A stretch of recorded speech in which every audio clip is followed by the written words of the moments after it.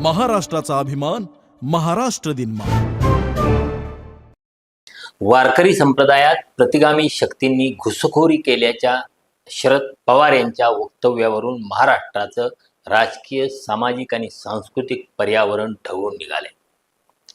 नाशिकच्या भोंदू अशोक खरात प्रकरणानंतर बिळात लपलेले हिंदुत्ववादी पुन्हा बाहेर येऊन फुटकार टाकायला लागलेले आहेत. ज्ञानोबा तुकोबांच्या वारकरी संप्रदायाला हिंदुत्वाच्या आणि कुंभमेळ्यातील नागड्या साधूंच्या संप्रदायाशी बांधण्याचा प्रयत्न काही गणंग करीत आहेत. महाराष्ट्राच्या स्वाभिमानाच्या, मराठी धर्माच्या या लढाईत पुरोगामी विचारवंत आपली भूमिका मांडणार की सत्तेचे लाभ घेण्यासाठी मौनाचा आधार घेणार, हा खरा प्रश्न आहे. याच विषयाची चर्चा आज आपण करणार आहोत. नमस्कार, मी विजय चोरमारे. आपण पाहताय महाराष्ट्र दिनमान. आता हे नेमकं प्रकरण काय आहे आपण समजून घेऊया. म्हणजे अनेकांना प्रश्न पडला की शरद पवारांना आता विनाकारण हा वाद उकरून काढण्याची काय गरज होती. परंतु असा प्रश्न उपस्थित करणाऱ्यांनी किंवा करणाऱ्यांपैकी कुणी नेमकी वस्तुस्थिती समजून घेण्याचा, जाणून घेण्याचा प्रयत्न केला नाही. राजधानी दिल्लीत नुकतंच शासकीय महिला अधिकाऱ्यांचं साहित्य संमेलन झालं. आता त्यात साहित्य किती होतं हा भाग वेगळा, त्यामुळे त्याला शासकीय महिला अधिकाऱ्यांचं संमेलन म्हणणं अधिक संयुक्तिक ठरेल. तर त्या संमेलनाच्या निमित्तानं सौदामिनी नावाची एक स्मरणिका प्रकाशित करण्यात आली आणि त्या स्मरणिकेमध्ये महिलांचे सक्षमीकरण हेच माझं स्वप्न असा शरद पवार यांचा लेख आहे. या लेखात शरद पवार यांनी वारकरी संप्रदायाच्या अनुषंगाने भाष्य केले. त्यांनी याच लेखात महिलांची प्रबोधनातली टक्केवारी कमी असल्याबद्दल चिंता व्यक्त केली आहे. आता स्मरणिकेतला लेख असला तरी सुद्धा पुन्हा प्रश्न उपस्थित होऊ शकतो की महिला संमेलनाच्या स्मरणिकेतील लेखामध्ये पवारांनी वारकरी संप्रदायाची उठाठेव करण्याचं काय कारण होतं, आताच्या घडीला त्याची काय गरज होती, वगैरे वगैरे वगैरे. तर एक गोष्ट लक्षात घ्यायला हवी की हा लेख पवारांनी आता लिहिलेला नाही. त्या संदर्भातली वस्तुस्थिती जाणून घेण्याचा प्रयत्न कोणी केला नाही. वृत्तवाहिन्यांना कुठलाही हॉट विषय सध्याच्या काळात नसल्यामुळं भाकड काळात पवारांचा हा लेख सापडला आणि त्यावरून त्यांनी दंगा सुरू केला. परंतु शरद पवारांच्या लेखावरून निर्माण झालेला किंवा केलेला गोंधळ म्हणजे शिळ्या कढीला ऊत आणण्याचा प्रकार होता. मराठी वृत्तवाहिन्यांनी तुषार भोसले आणि त्याच्यासारख्या डझनभर सुमार लोकांचं महत्त्व वाढवून महाराष्ट्राचं वातावरण बिघडवण्याची सुपारी घेतली आहे.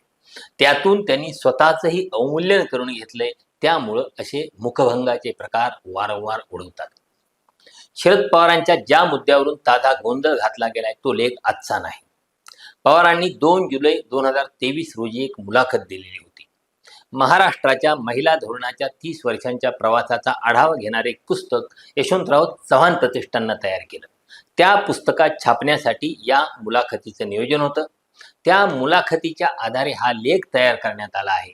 जे प्रश्न पवारांना विचारले त्याची उत्तरे त्यांनी दिली. त्या ओघात वारकरी चळवळीचा संदर्भ आला. 3 वर्षापूर्वी एका पुस्तकात हा लेख छापलाय आणि तोच लेख आता शासकीय महिला कर्मचाऱ्यांच्या संमेलनाच्या स्मरणिकेत पुनर्मुद्रित केलाय.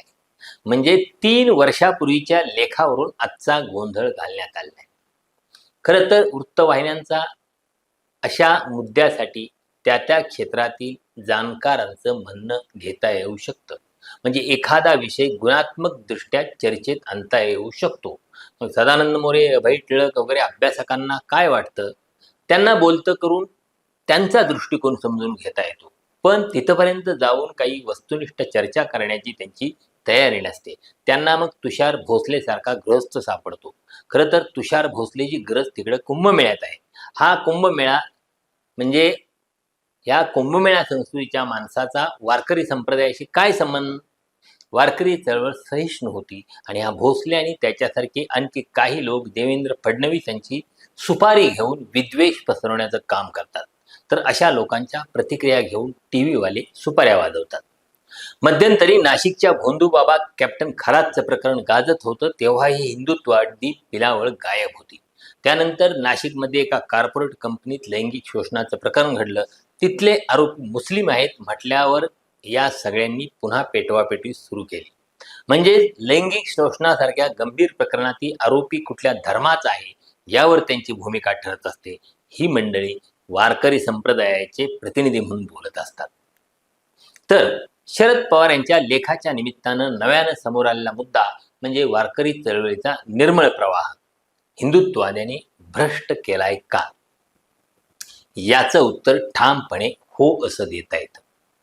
वारकरी संप्रदाय पंढरपूरची वारी म्हटलं की उगा अनेकांचा ऊर भरून येतो, अनेकांना गहिवरून येतं. कुणाला त्यात सामाजिक समता दिसते तर कुणाला विमानातून वारकऱ्यांच्यातला विठ्ठल दिसतो. अलीकडच्या काळात प्रसार माध्यम वारीचा एवढा गादावादा करतात की त्यामुळं राज्यकर्त्यांच्यावरही वारकऱ्यांचा दबाव राहतो. वारी आणि वारकरी संप्रदायाशी घसट दाखवून पुरोगामी असल्याचं प्रदर्शन करता येतं.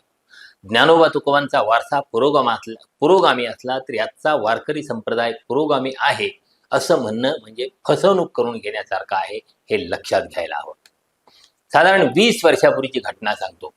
बंडा तात्या कराडकर यांनी साताऱ्यात वारकरी परिषद घेतली होती आणि त्या वारकरी परिषदेत वारकऱ्यांना मार्गदर्शन करण्यासाठी कुणाला बोलावलं होतं तर विश्व हिंदू परिषदेच्या राष्ट्रीय पातळीवरच्या नेत्यांना.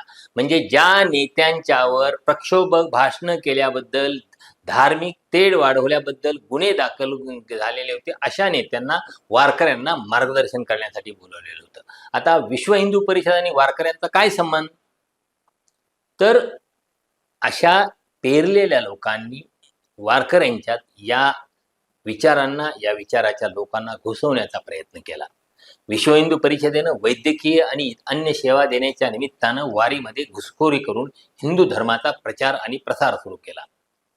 वारकऱ्यांची मूळची पताका मातकट रंगाची होती, भगवी नव्हती, हे लक्षात घ्या. तर वारकऱ्यांची ही मूळची मातकट रंगाची पताका घालवून भगवी पताका वारकऱ्यांच्या हातात देण्यात आली. कीर्तनामध्ये रामायण रामकथा सुरू केल्या. वारकऱ्यांच्या भजनांच्या मध्ये रामदासांची भजनं आली. म्हणजे ज्ञानोबा तुकोबा बाजूला पडले, रामदासांना पुढे आणलं. हळूहळू पण नियोजनबद्ध रीतीनं वारकरी चळवळीमध्ये जातीयवादी तत्वज्ञान घुसवलं आणि वारकऱ्यांची चळवळ भ्रष्ट करण्याचे प्रयत्न सुरू झाले. वारकरी परंपरेच्या दृष्टीने पंढरपूर आणि चंद्रभागा ही पवित्र मानली जाते. परंतु या जातीयवाद्यांनी काही वर्षांपूर्वी एक टूम काढली. म्हणाले चंद्रभागेचे तेज कमी झाले आहे, गंगेचे पाणी चंद्रभागेत आणून ते तेज पुन्हा वाढवायचे, त्यासाठी वारकरी फडांच्याकडून वर्गणी गोळा करण्यात आली. तर बंडातात्या कराडकरांचा मागाशी मी उल्लेख केला. या बंडातात्या कराडकरांनी साधारण 2008च्या वगैरे सुमारास डाऊ या एका बहुराष्ट्रीय कंपनीच्या विरोधात मोठं आंदोलन केलं होतं त्यांच्या पुढाकारानं, आणि त्या आंदोलनाच्या निमित्तानं ते चर्चेत आलेले होते. तर त्या आंदोलनात त्यावेळी न्यायमूर्ती बी.जी. कोळसे पाटील त्यांच्यासोबत काम करत होते. बघा, बी.जी. कोळसे पाटील आणि बंडातात्या कराडकर अशी दोन टोकं एकत्रपणे काम करत होते. नंतर न्यायमूर्ती बी.जी. कोळसे पाटलांना बंडातात्यांची खरी ओळख पटली आणि ते यापासून बाजूला झाले आणि बंडातात्यांनी विश्व हिंदू परिषदेचा झेंडा खांद्यावर घेऊन वारकरी चळवळीचा प्रवाह प्रदूषित करण्यास सुरुवात केली. याच मंडळींनी अंधश्रद्धा निर्मूलन विधेयकाला सातत्यानं विरोध केला आणि त्यातूनच पुढे डॉक्टर नरेंद्र दाभोलकरांची हत्या झाली, हे विसरता येणार नाही. हिंदुत्ववादी जातीयवादी शक्तींनी सरकारच्या मनातली भीती ओळखली होती. वारकरी संप्रदायाबाबत सरकार हळवं आहे हे ओळखून त्यांनी वारकऱ्यांचं कातडं पांघरलेल्या आणि सरकार सकट कायद्याची अडवणूक सुरू केली. ही अडवणूक सुरू असताना खरोखरचे वारकरी किंवा खरोखरच्या वारकऱ्यांचे पुढारी संधी साधूपणे मागे राहिले. मधल्या काळात नाही का, संभाजी भिडे यांनी ज्ञानोबा तुकोबांचा अवमान केल्यानंतर सुद्धा बहुतेक वारकरी पुढाऱ्यांनी सोयीस्कर मौन बाळगलं होतं.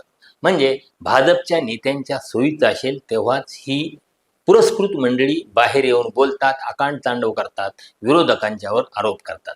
आणि पुरोगामी मंडळी फडणवीसांना काय वाटेल, आपण काही बोललो तर आपले भविष्यातले किंवा संभाव्य लाभ आहेत सरकारी, ते मिळणार नाहीत म्हणून मौन पाळतात. आपले गावोगावचे जे वारकरी वारीत सहभागी होतात ते भोळे भाबडे विठ्ठलाच्या दर्शनाची आस घेऊन पंढरीची वाट तुडवीत असतात. संतांचं तत्वज्ञान सगळ्यांनीच आत्मसात केलेलं असतंच असं नाही. विठ्ठलावर श्रद्धा असली तरी बाकी कुठल्याही देवाचं त्यांना वावडं नसतं. उलट सगळ्या देवळातल्या सगळ्या देवांची ते पूजा करीत असतात. याचाच गैरफायदा घेऊन विश्व हिंदू परिषद आणि तत्सम संघटनांनी त्यांच्यात श्रीराम रुजवण्याचा प्रयत्न केला. वारकरी चळवळीत हिंदुत्ववादी विचारसरणी रुजवली. त्यासाठी अनेक कीर्तनकार तयार केले. या कीर्तनकारांनी भाजपचा प्रचार केला, समाजामध्ये विद्वेष निर्माण करण्याचा प्रयत्न केला. हे सगळं महाराष्ट्रात सुरू आहे. शरद पवार यांच्या जुन्या लेखाला नव्यानं फोडणी दिल्यामुळे पुन्हा हा विषय ऐरणीवर आलाय. त्यावर अनेक अंगांनी चर्चा व्हायला हवी. सदानंद मोरे, अभय टिळक यांच्यासारख्यांनी तोंड उघडायला हवं. खरे वारकरी कोण आहेत आणि कुंभमेळ्यातल्या गांजा ओढणाऱ्या साधूंचे पाठीराखे कोण आहेत हे लोकांच्या समोर यायला हवं. वारकरी चळवळीतले घुसखोर शोधायला हवेत आणि ते हुडकून त्यांना या वारीच्या बाहेर हाकलून द्यायला हवं. मला वाटतं हा सांस्कृतिक लढा आहे. ही सांस्कृतिक लढाई आहे. या सांस्कृतिक लढाईत जो कच खाईल तो या सगळ्या प्रवाहापासून बाजूला फेकला जाईल. मला वाटतं इथं प्रत्येकानं